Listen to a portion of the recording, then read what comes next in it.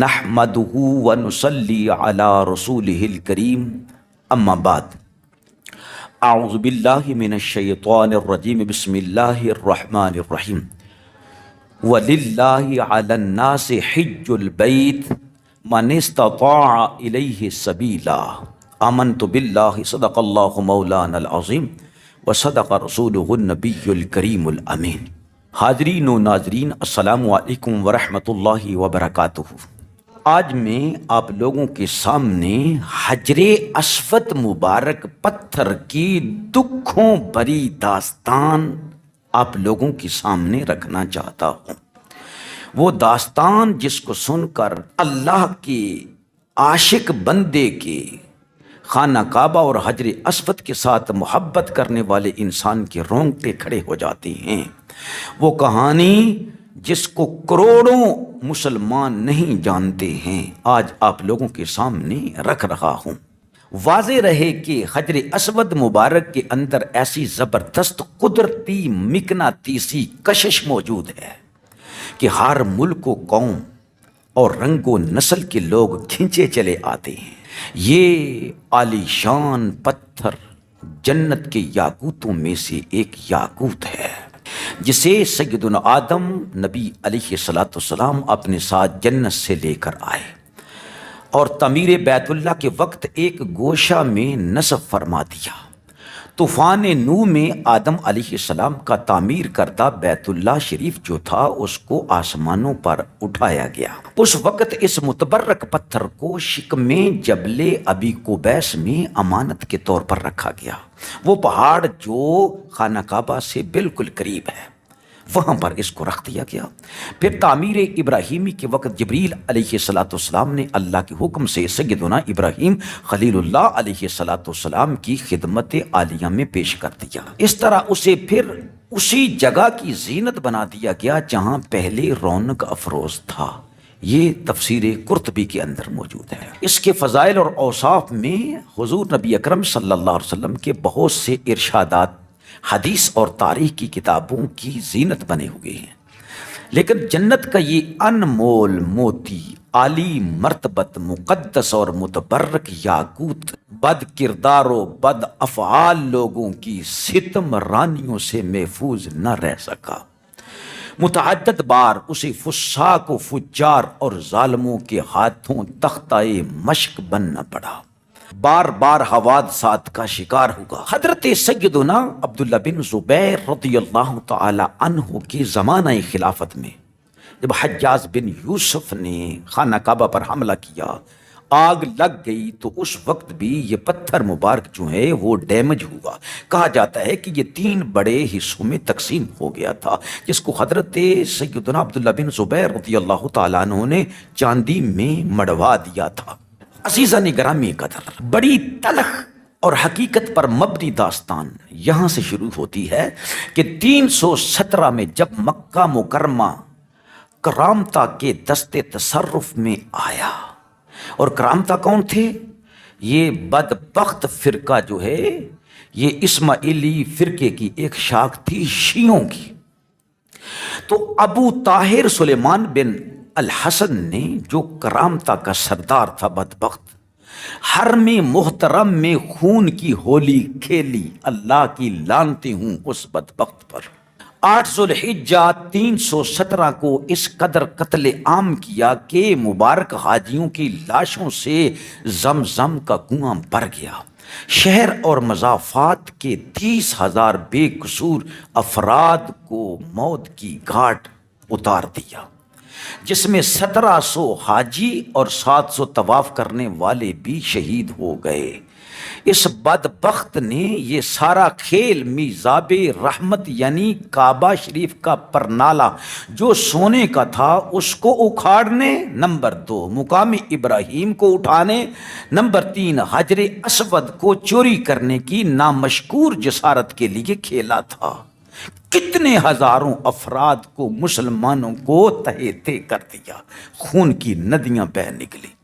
دو آدمی اس مذموم حرکت کے لیے خانہ کعبہ شریف پر مگر آنے واحد میں سر کے بل زمین پر گر کر واصل جہنم ہو گئے۔ مقام ابراہیم تو اس کے دست تصرف سے مامون رہا، کیونکہ خدام حرم نے اسے پہاڑ کی گھاٹی میں کہیں چھپا دیا تھا، مگر 14 ذوالحجہ 317 ہجری بروز اتوار عصر کے وقت جعفر بن حلاج نے ابو طاہر کے حکم سے حجر اسود کو کدال سے اکھاڑ لیا، اس پر کئی ضربیں لگائیں جس سے کچھ ریزے ٹوٹ گئے اور اپنے ساتھ بحرین لے گیا اور اس کی جگہ خالی رہ گئی۔ تقریباً 22 سال کا طویل زمانہ گزر جانے کے بعد بحرین کے شہر حجر سے بروز بدھ 10 ذوالحجہ 339 کو یہ مبارک پتھر واپس ہوا۔ واپسی بھی معجز نما طریقہ پر ہوئی۔ کرامتیوں سے بار بار واپسی کا مطالبہ جب زور پکڑ گیا تو انہوں نے یہ عذر لنگ پیش کیا کہ وہ پتھر تو دوسرے پتھروں کے ساتھ مل گیا ہے، ان میں سے اسے الگ کرنا ہمارے بس کا روگ نہیں ہے، اگر تمہارے پاس اس کی کوئی علامت ہے تو تلاش کر لو۔ چنانچہ علماء کرام سے استفسار کیا گیا تو انہوں نے ارشاد فرمایا کہ ان سب پتھروں کو آگ میں ڈال دیا جائے، جو پتھر آگ میں پگھل جائے یا پھٹ جائے وہ حجر اسود نہیں، حجر اسود کو آگ متاثر نہیں کر سکتی۔ کیوں؟ اس لیے کہ یہ جنت کا پتھر ہے۔ اس طرح اس مقدس پتھر کی برتری اور مقبولیت کا لوحہ منوا کر اسے واپس لوٹایا گیا اور پھر سے کعبہ شریف کی زینت بنا دیا گیا۔ علامہ جلال الدین سیوطی رحمۃ اللہ تعالی علیہ نے لکھا ہے کہ یہ ظالم مردود ابو طاہر چیچک کے عارضہ میں مبتلا ہوا اور اس کا جسم پھٹ گیا اور نہایت ذلت اور رسوائی کے ساتھ یہ ظالم واصل جہنم ہو گیا۔ یہ مرقات کے اندر بھی یہ سارا حوالہ موجود ہے۔ علامہ قطب الدین فرماتے ہیں کہ ابو طاہر کرامتی بدبخت کو ابرہہ کی طرح بیت اللہ کی بجائے اپنے شہر ہجر میں حج کا اجتماع کرنے کا جنون دماغ میں پیدا ہوا۔ اس نے اس غرض سے ایک عالی شان محل بنوایا جس کا نام دارالحجرہ رکھا۔ چنانچہ 317 میں حج کے ایام میں ایک لشکر جرار لے کر مکہ مکرمہ پر حملہ آور ہوا۔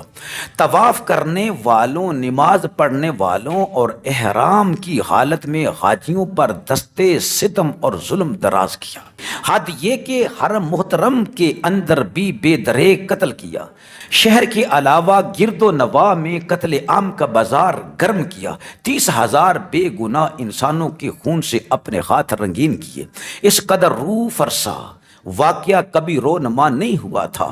وہ ظالم کہتے تھے کہ تم سنی لوگ کہتے ہو کہ من دخلہ کان آمنا، بتاؤ اب امن کہاں گیا؟ علامہ ابن خلدون رقم تراز ہیں، ابو طاہر نے کعبۃ اللہ کا دروازہ اکھاڑ پھینکا، غلاف کعبہ کے ٹکڑے ٹکڑے کر کے اپنے فوجیوں میں تقسیم کر دیے، حجر اسود کو اکھاڑ کے ساتھ لے گیا، اہل مکہ کے گھر بار اور مال و متاع کو خوب لوٹا۔ اس نے روانگی کے وقت یہ اعلان کر دیا کہ آئندہ سال سے حج اس کے ہاں ہوا کرے گا۔ خلافت کی عمراء نے بے حد کوشش کی کہ کسی طرح حجر اسود واپس آ جائے۔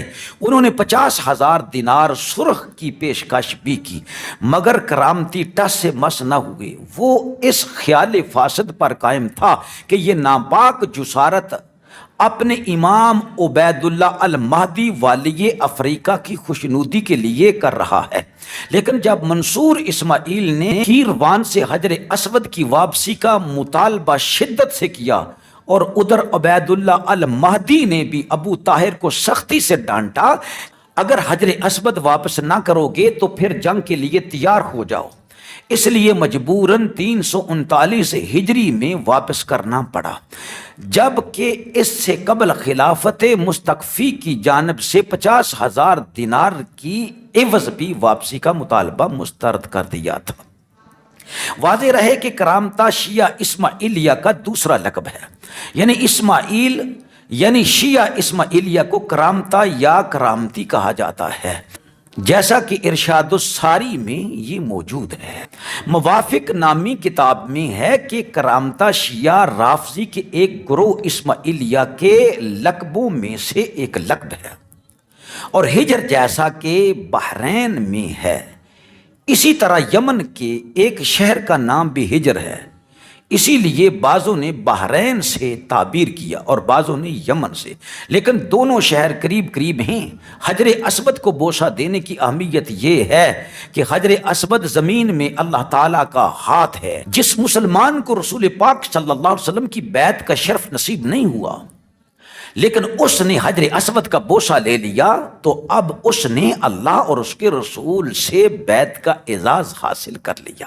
جامع صغیر حضرت عبداللہ بن عباس رضی اللہ تعالیٰ عنہ سے روایت ہے کہ رسول اقدس صلی اللہ علیہ وسلم نے فرمایا کہ حجر اسود کو قیامت کے دن اس حال میں لایا جائے گا کہ اس کی 2 آنکھیں ہوں گی جن سے وہ دیکھ سکے گا اور زبان ہوگی جس سے وہ بول سکے گا، اور یہ ان لوگوں کے حق میں گواہی دے گا جنہوں نے اس کو بوسہ دیا۔ ابن ماجہ شریف۔ سیدنا عبداللہ بن عمر رضی اللہ تعالیٰ عنہ سے روایت ہے کہ رسول خدا صلی اللہ علیہ وآلہ وسلم حجر اسود کے پاس تشریف لائے، اپنے مبارک ہونٹوں سے اس کا طویل بوسہ لیا، یعنی لمبا بوسہ لیا، ہونٹ اس کے اوپر رکھے ہوئے رسول اللہ صلی اللہ علیہ وسلم زارو قطار رو رہے تھے۔ جب فارغ ہو کر دیکھا تو حضرت جناب عمر فاروق رضی اللہ تعالیٰ عنہ بھی رو رہے تھے، تو آپ نے اس طرح ارشاد فرمایا، عمر یہی جگہ ہے جہاں آنسوؤں کی ندیاں بہائی جاتی ہیں۔ ابن ماجہ شریف۔